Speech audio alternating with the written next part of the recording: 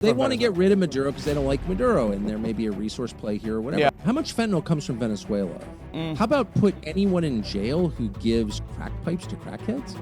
There's an illegal Chinese drug grow right down the street from where I'm sitting right now. Nobody cares. Sort of forever wars and risks. How do you feel about what's going on down in the Caribbean Ocean with these strikes on drug boats, the saber rattling with Venezuela? That's not very America first, is it? Nope, it's not. Do you think Trump's risks, I mean, with the greatest respect, the Americans don't exactly have a great track record in South American interventions by force. What do you think that Trump's playing out? Is this for show, or is he up to something here? Does he think he can take out Maduro?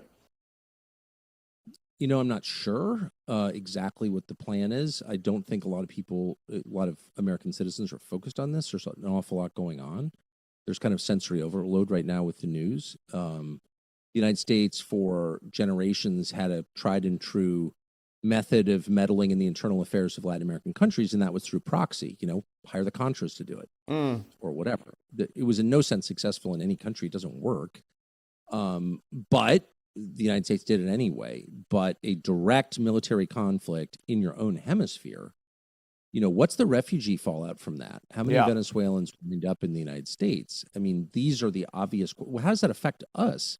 By the way, the United States has basically uncontrolled drug epidemics going on in every single region in the country. Hundreds of thousands of people die annually from drug ODs. Someone just died in my town 2 days ago.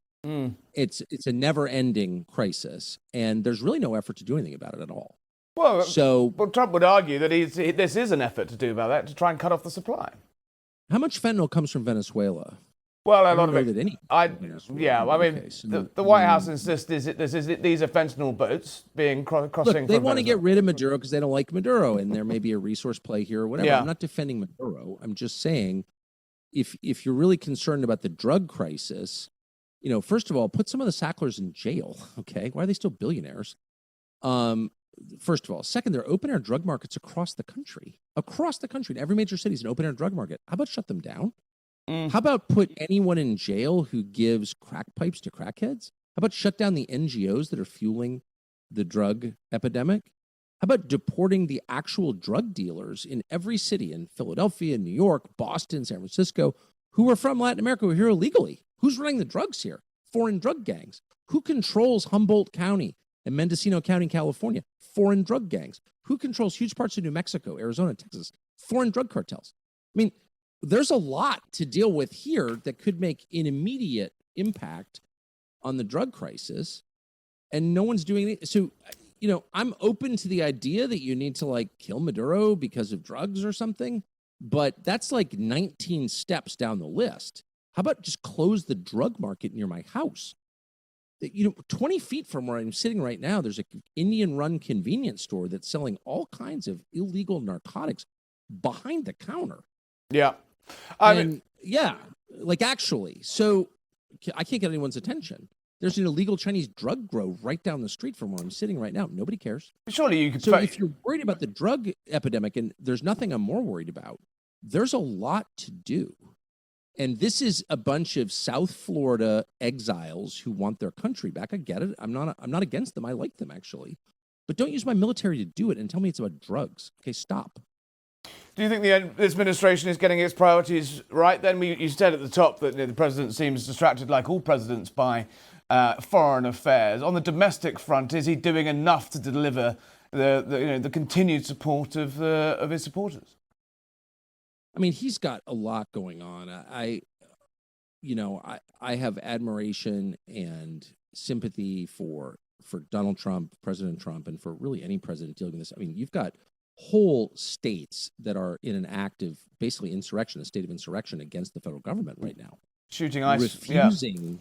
Yeah. Exactly. In the state of Illinois, in the city of Chicago, its biggest city, the police have been ordered to take the side of lawbreakers against federal immigration enforcement officers. We had a civil war over much less than that. So there's an awful lot going on. And I'm not attacking Donald Trump for not paying attention to drugs. I think he does really care about the issue. He ran on it. I just think that there's too much going on. I object. I just want to be precise about what I'm saying. I object. If you want to overthrow Maduro, if you want to have regime change in Venezuela, just be honest about what is happening here. Just like Iran, we're going to stop its nuclear program. No, you're not. And nobody who's familiar with the weapons that we used thought we were going to stop their nuclear program. That's not true. Israel wanted a regime change in Iran, and they wanted to use the U.S. military to do it. Bibi tried really hard to get that. He failed. Okay, win for us. There are also forces, exiles, who are pushing very hard for regime change in Venezuela. It has nothing to do with drugs. I mean, Maduro may be in the drug trade. Sounds like he is. But that's not why this is happening. So let's just be honest about it. And I can't deal with the lying. I just can't handle it. And I'm too old. And it's like, no, that's not true. So I'm not going along with it.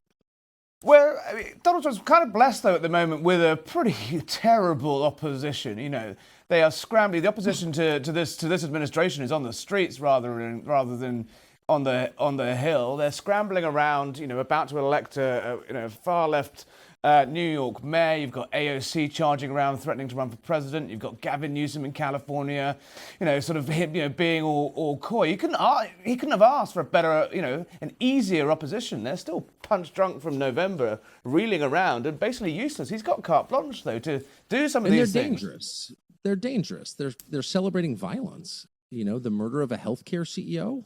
Like, I'm not for health insurers at all, but that's not. You can't just murder people because you don't like what they do for a living or you don't like their politics. The murder of Charlie Kirk, which, you know, whatever that was, it was celebrated by the left in the United States. Thousands and thousands of people openly celebrating his murder because they don't like his views. So you're dealing with, I'm not saying all Democrats are like that. Most are not like that. But there is a very large minority on the left that is pro-violence.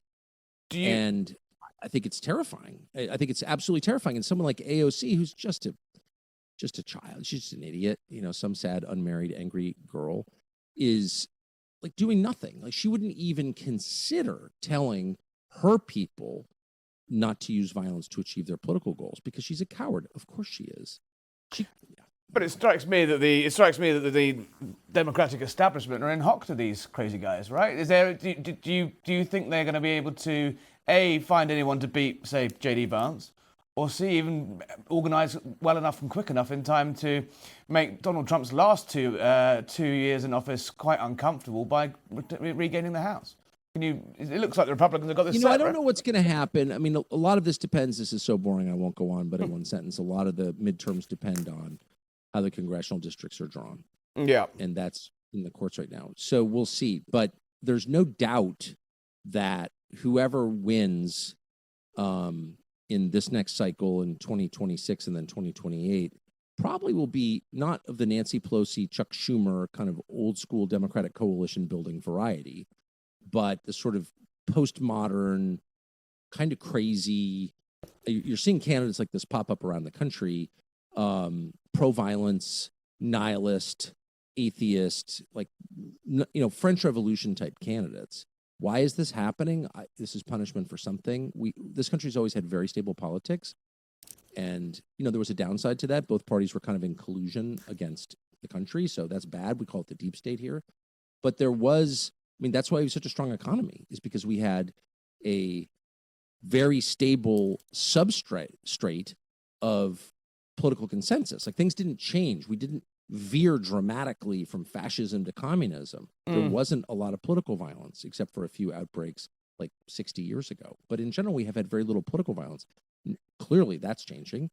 And so it's hard to have a country if your leadership is at war with each other. So I'm super concerned. I'm waiting for some moderate Democrat, a reasonable Democrat, whatever moderate means, but just an anti-violence Democrat to show up and say, you can't shoot people, but here's what I'd like to do. That person has not arrived.